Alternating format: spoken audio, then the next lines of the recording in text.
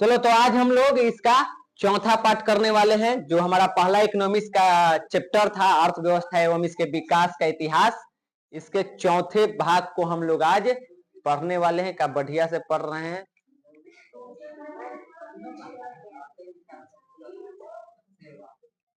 ठीक, चौथे पार्ट को इसका हम पढ़ने वाले हैं और आज इस चैप्टर को हम लोग क्या करेंगे, खत्म करने वाले हैं। तो खत्म करने से पहले हमको सब चुन लेने दो। चलो, ये सब तो कल हम पढ़ लिए थे। कल हम लोग कहां तक पढ़े थे, बिहार के पिछड़ापन के कारण, यहां तक हम लोग पढ़े हुए थे। यहां तक हम लोग कल पढ़ लिए थे। अब हम लोगों को पढ़ना है अगला टॉपिक, जो वो है बिहार के जो पिछड़ापन है इसको दूर कैसे किया जाए, यानी दूर करने के उपाय। तो इसको शॉर्ट में तुम ऐसे भी समझ सकता है कि कल जो जो हम लोग समस्या देखें, अगर उसका निदान का उपाय कर लिया जाए तो बिहार का जो पिछड़ापन है वो क्या हो जाएगा, खत्म हो जाएगा। जैसे पहला चीज हम क्या देखे थे, जनसंख्या। पहला बिहार के पिछड़ापन के कारण क्या था, जनसंख्या था। अगर हम अपने जनसंख्या पे कंट्रोल कर ले तो जो भी उत्पादन के चीजें हैं, जो उत्पादन हो रहा है, जो हमारे जनसंख्या पे खर्च हो रहा है, अगर जनसंख्या कम रहेगा तो वो बचेगा और वो कहीं और जाएगा, वहां से हमारा इनकम बढ़ेगा। तो राज्य में जो तेजी से जनसंख्या बढ़ रही है, अगर इस पे रोक लगाया जाए, रोक लगाने के लिए अगर परिवार नियोजन कार्यक्रम को लागू किया जाए, प्लानिंग किया जाए कि हमको फैमिली में कितना लोग होना चाहिए, इसके लिए तो सरकार कर भी रही है, हम दो हमारे दो। लेकिन हम लोग अलगे फॉलो करते हैं, हम दो और हमारे होने दो। ठीक, सरकार कहा कि हम दो हमारे दो, और हम कहते हैं कि हम दो और हमारे होने दो। ठीक, तो इस नीति पे हम लोग चल रहे हैं, सरकार की नीति तो हम लोग मानते नहीं है। ठीक, अगर इस चीज को फॉलो किया जाए तो हम लोग अपने राज्य के जनसंख्या को कंट्रोल कर सकते हैं और तब हम ये पिछड़ेपन से बच सकते हैं। इसके लिए खास करके यहाँ पे महिलाओं को शिक्षित होने की आवश्यकता है, उसको इस बात के लिए जागरूक होने की आवश्यकता है। अगर वो इस चीज के लिए जागरूक हो जाए तब राज्य का जनसंख्या पर कंट्रोल होगा, और जब जनसंख्या कंट्रोल होगा तब उत्पादन में हमारी वृद्धि होगी, तब ये पिछड़ापन से बच सकते हैं। दूसरा पढ़े थे कि हम लोग का बिहार जो है मुख्य रूप से यहाँ के लोग कृषि पे निर्भर है। तो अगर कृषि का विकास किया जाए कृषि क्षेत्र में तब भी हो सकता है। बिहार में कृषि यहाँ के लोगों के जीवन का आधार है। अगर कृषि में नया यंत्र लाया जाए, नए नए मशीन लाया जाए, वैज्ञानिक तरीके से खेती किया जाए, बढ़िया खाद लाया जाए, बढ़िया बीज लगाया जाए, तो उपज में क्या होगा, वृद्धि होगा। और जब उपज में वृद्धि होगी तो हमारा इनकम बढ़ेगा, और इनकम जब बढ़ेगा तो हमारा देश का आर्थिक विकास भी होगा, क्योंकि हमारा विकास होगा। तो अगर इस चीज को पे काम कर लिया जाए तब भी हम इस पिछड़ेपन को दूर कर सकते हैं। ठीक, फिर तीसरा नियम हम लोग क्या देखे थे, तीसरा कारण था बाढ़ और सुखाड़, कि एक तरफ हमारा बिहार बाढ़ में तबाह हो जाता है और दूसरी तरफ सुखाड़ में। तो अगर इन दोनों के लिए सरकार कुछ मैनेजमेंट कर ले, जहां पे बाढ़ आता है वहां पे कुछ बांध तटबंध बना के वहां बाढ़ के रोकने का उपाय कर ले। हमारे तरफ जो दक्षिण भारत बिहार है, दक्षिण बिहार में अगर नहरों को बिछा दिया जाए तो भी हम बच सकते हैं। जहां पे बाढ़ है वहां पे तटबंध बनाइए, बांध बनाइए, तो बाढ़ से बचेंगे। और जहां पे सुखाड़ है वहां नहरों का अगर निर्माण कर दिया जाए और ज्यादा नलकूप ये सब लगा दिया जाए सरकार के तरफ से, तो हम लोग सिंचाई की व्यवस्था कर सकते हैं, उधर बाढ़ से बच सकता है। तो दोनों जगह पे बाढ़ और सुखाड़ वाला क्या हो जाएगा, समस्या खत्म, और हम लोग कंट्रोल कर सकते हैं। हम लोग को उपज में वृद्धि होगी, राज्य का विकास होगा। तो बिहार के विकास में बाढ़ एक बहुत बड़ा बाधक है। इससे फसल का बहुत बड़ा भाग क्या हो जाता है, बर्बाद हो जाता है। बाढ़ के कारण सब दहा कर लेके चला जाता है, बर्बाद हो जाता है। जान माल की भी काफी क्षति हुई इसमें, घर उर सब गिर जाता है। ठीक, जानवर भी कितने मर जाते हैं, उसी में चला जाता है। आपका घर गाड़ी जो भी है सब बाढ़ के साथ बर्बाद हो जाता है। और इस कारण से यहाँ पे उत्तरी बिहार खास करके इस बाढ़ के प्रकोप को झेलता है। इसका मुख्य कारण है हिमालय से जो निकलने वाली नदी है, जो नेपाल से होकर के यहाँ आती है। और खास करके कौन सबसे लतखोर, कौन, कोसी, इसको क्या कहते हैं, बिहार का शोक नदी। तो अगर इन नदियों पर, क्योंकि चूंकि ये सब आ रहा है बिहार से, तो अगर बिहार सरकार के सहयोग से मिलके बाढ़ नियंत्रण के लिए वहां पे व्यवस्था किया जाए तो बिहार में बाढ़ को हम रोक सकते हैं। और दक्षिण बिहार में सूखा ग्रसित रहता है, तो सिंचाई की व्यवस्था करके हम यहाँ से भी इस समस्या से निदान पा सकते हैं, तब भी हमारा राज्य विकास कर सकता है। उसके बाद पढ़े थे कि चौथा में कि आधारिक संरचना का भी यहाँ पे अभाव है। खैर अभी कुछ वर्षों में देखा जाए तो इसमें काफी सुधार हुआ है। आधारिक संरचना क्या था? वही परिवहन हो जाए, उसके बाद सिंचाई वगैरह पढ़े थे, जो संचार पढ़े थे, तो बिजली, परिवहन, शिक्षा, स्वास्थ्य, ये सारी चीजें क्या चाहिए? आधारिक संरचना है। किसी भी राज्य के विकास के लिए इन सारी चीजों का विकास होना बहुत आवश्यक होता है। तो अगर सरकार इन सारी चीजों का विकास करे, इसमें सुधार लाए, तब भी हमारे राज्य का विकास हो सकता है। और पिछले कुछ वर्षों में इन चीजों में सुधार देखने को मिला है। अभी बिजली के स्तर में काफी सुधार हो गया है। एक गांव में भी अब कम से कम 18-20 घंटे लाइन रह जाता है बिजली। परिवहन में भी काफी सुधार हो चुका है। शिक्षा में तो हम लोगों को बेहतर करना है, सरकार तो कर ही रही है। ठीक, स्वास्थ्य में भी सुधार देखने को मिला है। आंकड़ा पीछे वाला देखो, तो सुधार हो रहा है। इसमें और सुधार किया जाए तो हमारे बिहार की स्थिति सुधर सकती है। ठीक, तो ये सब में सुधार ला करके भी हम अपने राज्य को आगे बढ़ा सकते हैं, उसमें विकास कर सकते हैं। फिर है यहाँ पे, मान लो तुम पढ़ लिख गया, तो पढ़ लिख के क्या करेगा? तो पैसा कैसे कमाएगा? मशीन का लेके आएगा, काम चाहिए तुमको। ठीक, तो अगर यहाँ पे उद्योगों का विकास कर दिया जाए, उद्योगों का विकास हो, तो लोगों को वहां पे क्या होगा? काम मिलेगा।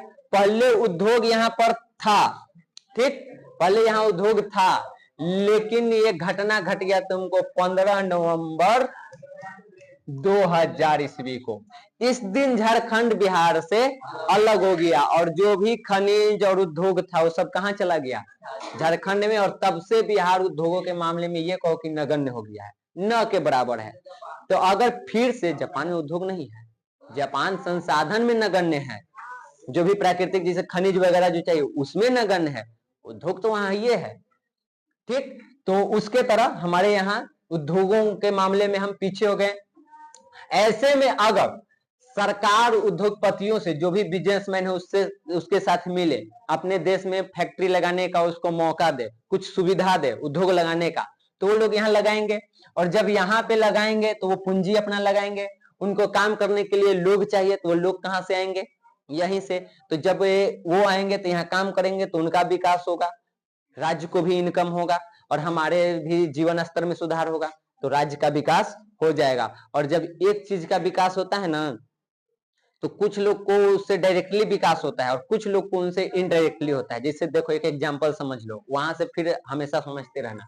मान लो यहाँ पे बिहार में एक फैक्ट्री लगा, ठीक, तो फैक्ट्री में जो मजदूर और जो इंजीनियर वगैरह, जो भी मैनेजर, जो भी काम कर रहा है, उसको तो इस फैक्ट्री का सीधे सीधे लाभ हो रहा है, प्रत्यक्ष रूप से वहां पे काम कर रहा है, उसका मुनाफा कमा रहा है। कुछ ऐसे लोग होते हैं जो इसमें प्रत्यक्ष रूप से नहीं है, लेकिन उनको मुनाफा होगा। मान लो आज कोई व्यक्ति बेकार बैठा हुआ है, यहाँ पे कुछ उद्योग लगा, वो वहां पे मजदूर के रूप में काम किया, उसको 15-20 हजार महीने में मिल रहा है। तब उसका बेटा जो भर दिन इधर उधर घूमते चलता था, वो क्या करेगा? अपने बेटे को कहाँ भेजेगा? पढ़ने के लिए। तो हमको फायदा हो गया। वो मजदूर रोज रिक्शा पकड़ के, बस पकड़ के, कुछ पकड़ के जाएगा ड्यूटी करने, तो उस व्यक्ति को फायदा हुआ। इस तरह से अगर देखोगे गहराई में जाके, तो हम सभी एक दूसरे से जुड़े होते हैं। एक को तो डायरेक्ट फायदा हो रहा है, किसको? मजदूर को, ये उद्योग लगने से। जो टीचर होगा, जो दर्जी होगा, जो दुकानदार होगा, या बाकी दूध देने वाला, जो भी काम करने वाला व्यक्ति है, उन लोगों का इसका इनडायरेक्ट फायदा होने वाला है। सीधे रूप से नहीं हो रहा है, लेकिन इसमें काम करने वाले लोगों का जब इनकम बढ़ेगा, तो उनका जीवन जीने का स्तर ऊंचा होगा, वो चीजों का डिमांड करेंगे और बाकी लोग उसके चीजों की पूर्ति करेंगे, तो उनका भी तो इनकम बढ़ जाएगा। तो इस तरह से जब एक चीज का विकास होता है, तो उसमें कुछ लोगों का डायरेक्ट विकास होता है, डायरेक्ट रूप में लाभ हो रहा है प्रत्यक्ष रूप से, और कुछ लोगों का उसका अप्रत्यक्ष रूप से लाभ होता है। ठीक, तो ऐसे करके भी हम विकास कर सकते हैं। गरीबी भर भर के है। ठीक, आज भी बताया जाता है कि हमनी के राज्य के लगभग 42% जनसंख्या गरीबी रेखा के नीचे है।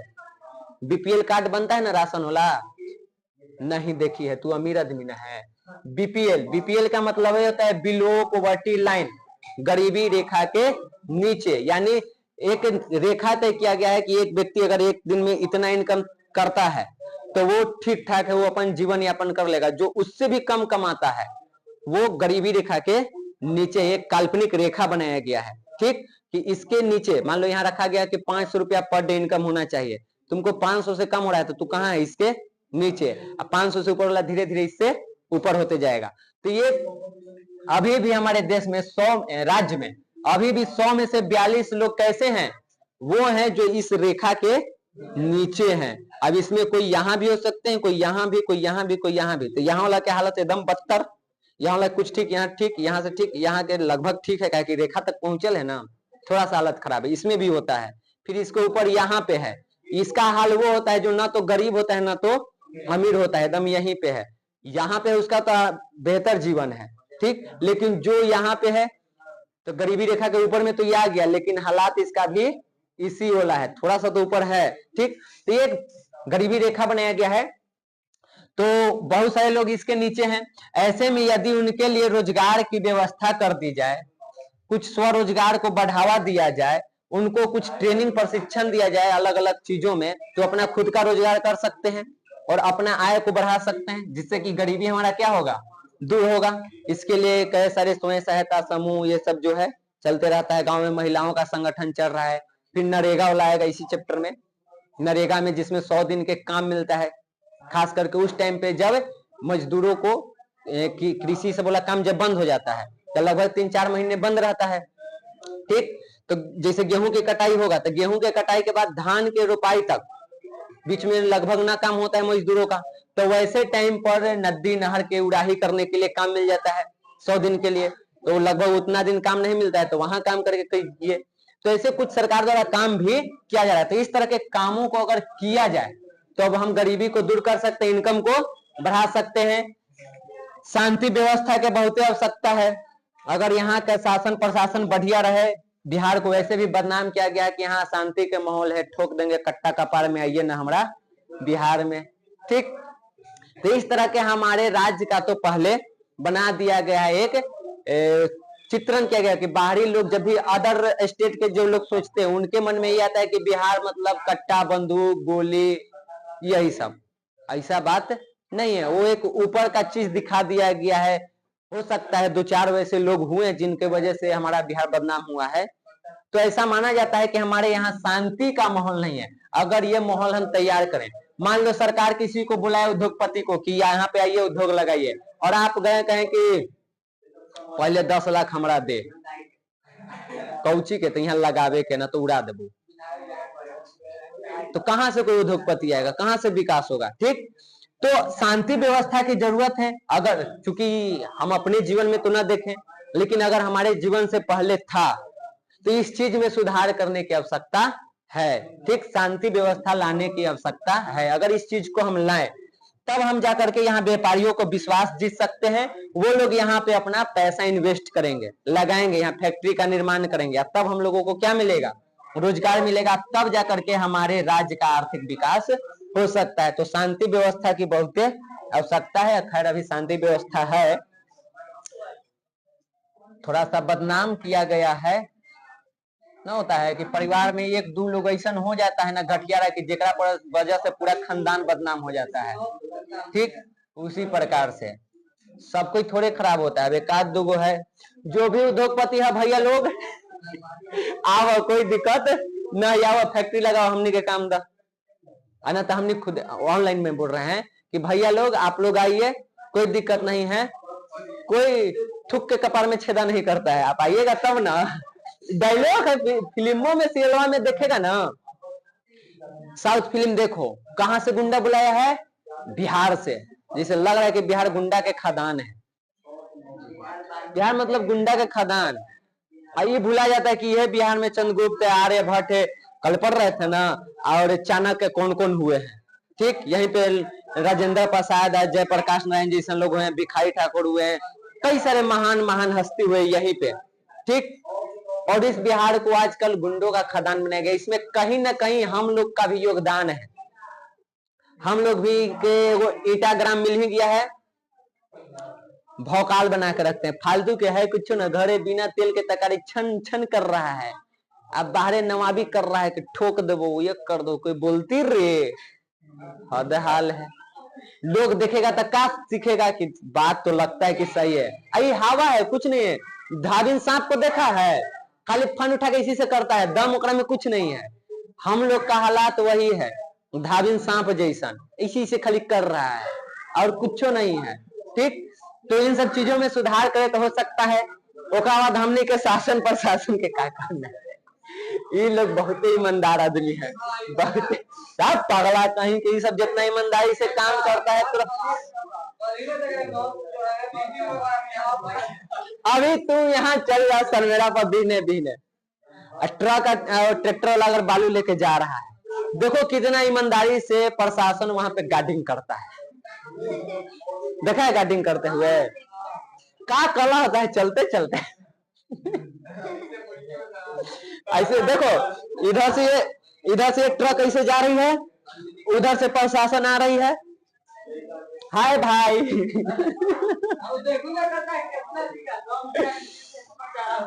तो हमारे यहाँ का शासन प्रशासन बहुत स्वच्छ और सब बहुत ईमानदार है, बहुत ईमानदारी से काम कर रहा है। इसलिए हमने के राज्य के दिन प्रतिदिन आर्थिक विकास भी हो रहा है, समझ रहे हैं ना। हाँ ये सही है। अब देखो एक चीज और करना चाहिए, हम लोग के संविधान में नियम है कि जो राज्य विकास होने में पीछे रह गया उसको कुछ विशेष अधिकार देकर के उसका विकास किया जाता है। तो ऐसे में हमारे राज्य को मांग करना चाहिए केंद्र से, और केंद्र को भी इस चीज पे ध्यान देना चाहिए कि अगर बिहार में सच में इसकी आवश्यकता है तो केंद्र इस चीज में उसको मदद करे। मदद क्यों करे हम आगे पढ़ेंगे कि क्यों ये मदद करने की उसको आवश्यकता है। अगर वो मदद ना करे तो इससे भारत को क्या नुकसान होगा, जस्ट अभी कुछ देर बाद हम देखने वाले हैं एक कोई व्यक्ति के विचार से, इसीलिए हम अभी नहीं बता रहे हैं। ठीक, तो बिहार के विकास के लिए केंद्र को अधिक मात्रा में यहाँ पे संसाधन भेजने चाहिए। ठीक, जो भी जैसे अभी तो खैर इस बार में जो आया है तुमको कुछ ही आया है रे, अरे निर्मला सीतारमन मरण निर्मला सीतारमन, ऐसे तो मरने हैं। निर्मला सीतारमन क्यों पेश किए है, इसको नमून याद आ रहा है, बजट। ठीक, तो बजट में इस बार बिहार को तो कुछ खास चीज मिला है। एयरपोर्ट की स्थापना करना है, एक और एम्स बन रहा है, उपट्टी वो करना है, हाईवे सब कुछ है। ठीक, तो कुछ बेहतर है। इस तरह से अगर किया जाए तो बेहतर चीज है, इससे हम लोगों को थोड़ा आर्थिक विकास होगा। कई बार हमारे राज्य को विशेष राज्य के दर्जा के लिए भी बात चलता है, क्योंकि पहले जम्मू कश्मीर को ये मिला हुआ था, पंजाब हो, फिर यहाँ पे जो अरुणाचल प्रदेश सब है तो सबको मिला है।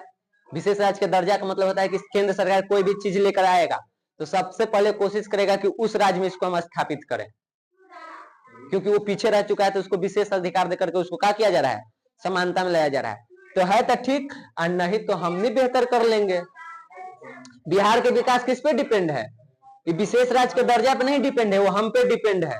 अगर हम अपने आप का विकास कर लेते हैं तो मेरा बिहार ऐसे ही विकसित हो जाएगा, फैल जाएंगे पूरे भारत में, लूट के लिए आएंगे, विदेश तक फैल जाएंगे, सब इनकम हमारे राज्य में न आएगा, हम खुद उद्योगपति बन जाएंगे। क्या हम दूसरा उद्योगपति के बुलाएं कि आप आइए, इस लेवल के अपने आप को बनाओ कि अभी हमने के जीवने को ऊंची है।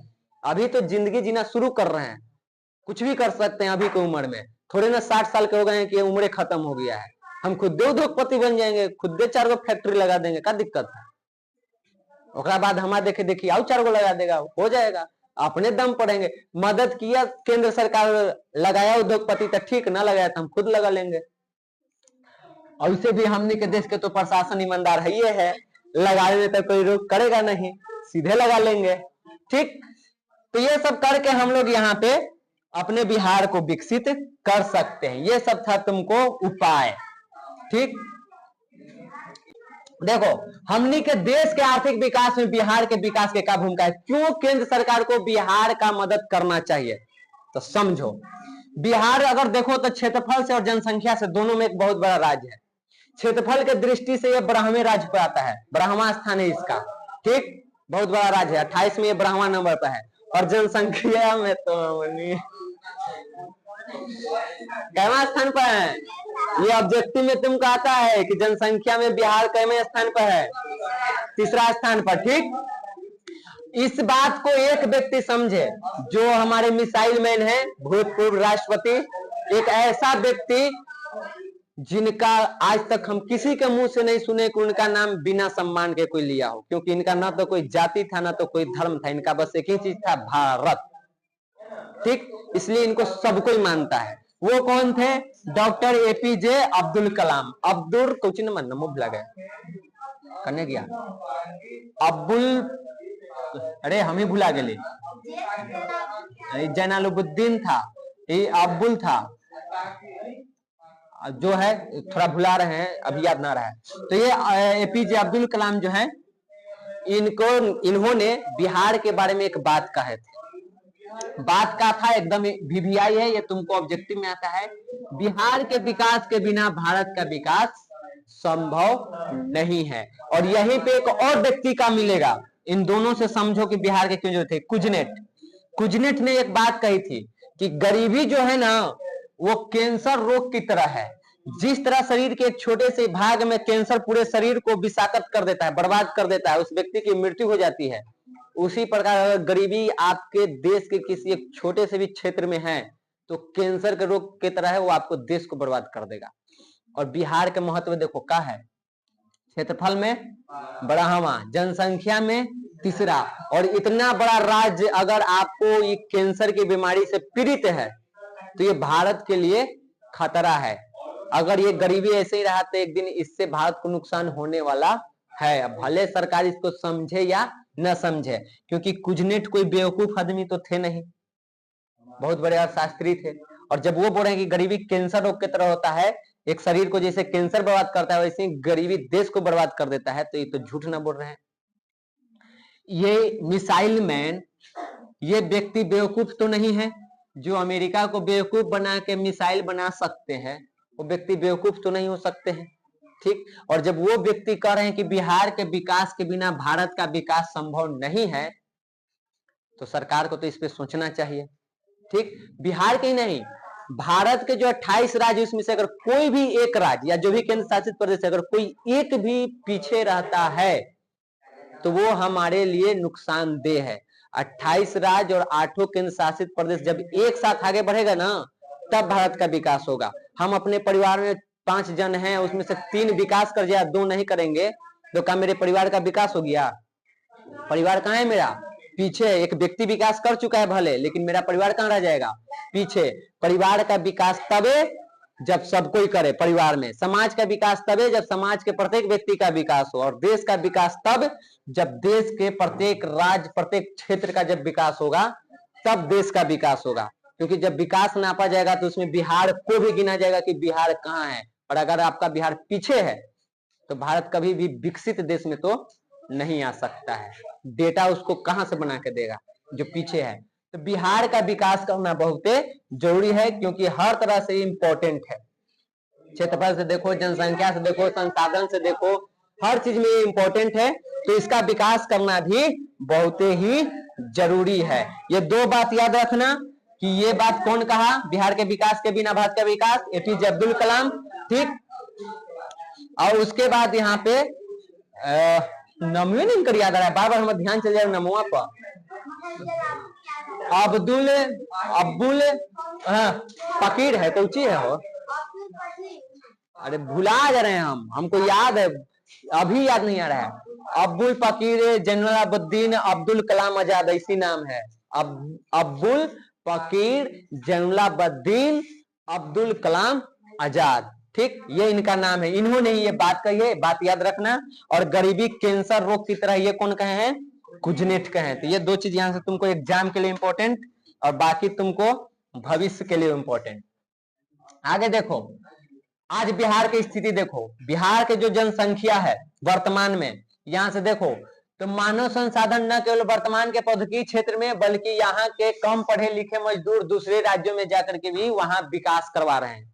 हमारे राज्य के लोग काम की तलाश में दूसरे राज्य में जा रहे हैं, और विकास कहाँ हो रहा है? उस राज्य का, क्योंकि वो काम कहाँ कर रहे हैं? वहां। तो आज के हर क्षेत्र में देखो, अपर लेवल से लेकर उच्च शिक्षा से लेकर के मजदूरी तक, हर क्षेत्र में बिहारी तुमको हर स्टेट में मिल जाएगा, जो वहां पे काम कर रहा है और उस राज्य को विकसित करने में योगदान कर रहा है। अगर उन लोगों को काम की व्यवस्था यहाँ मिल जाए तो किसका विकास होगा? लेकिन व्यवस्था नहीं है।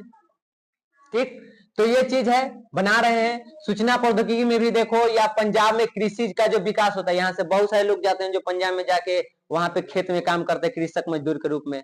यहाँ के बहुत सारे लोग हैं जो अलग अलग राज्यों में जाके आईटी कंपनी में या जो भी टेक्नोलॉजी से संबंधित है, कम्युनिकेशन संबंधित क्षेत्रों में काम कर रहे हैं, वहां पे अपना योगदान दे रहे हैं। वही सारी चीजें अगर बिहार में हो जाए तो पूरा मुनाफा किनको होने वाला है? बिहार को होने वाला है। तो ये चीज है, ठीक।